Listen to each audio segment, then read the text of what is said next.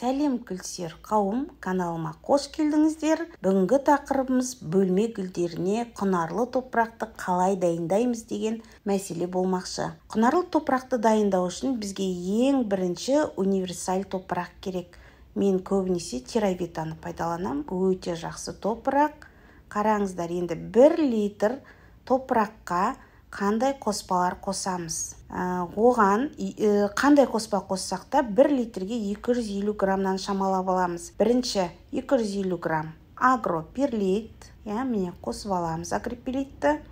Одан кейін кокосовые чипсы, бұл да 250 грамм. Қазір сіздерге түсіндіріп өтем, не үшін қажет екен. Одан кейін вермикулит, бұны да 250 грамм етіп дайындап аламыз. Жаңа агроперлит, вермикулит, кокосовый стружки қостым. Оны көрсету өтейін. Кокосовый стружки дейтін міне мына зат осындай упаковкада тұрады. Одан кейін агроперлит, қазір оны да көрсету өтейін упаковкасын.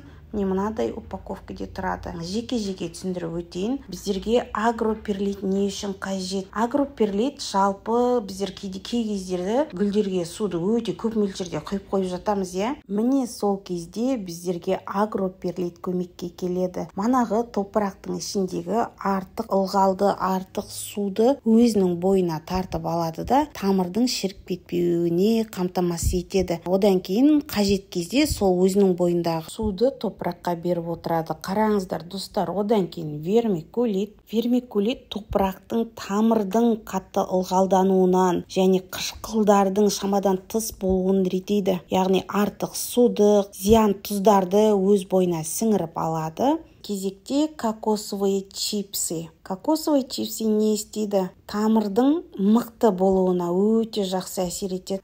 Тамырдың демалып тұруына, тез өсуіне жақсы әсер етеді. Вермикулит, перлит сияқты бұның да өз бойына суды сіңіріп алатын қасиеті бар. Міне бұл топырақты жасасаңыздар, гүлсер қауым, гүлдеріңізден жайқалып өседі. Мен үнемі осы рецепті өзім пайдаланамын.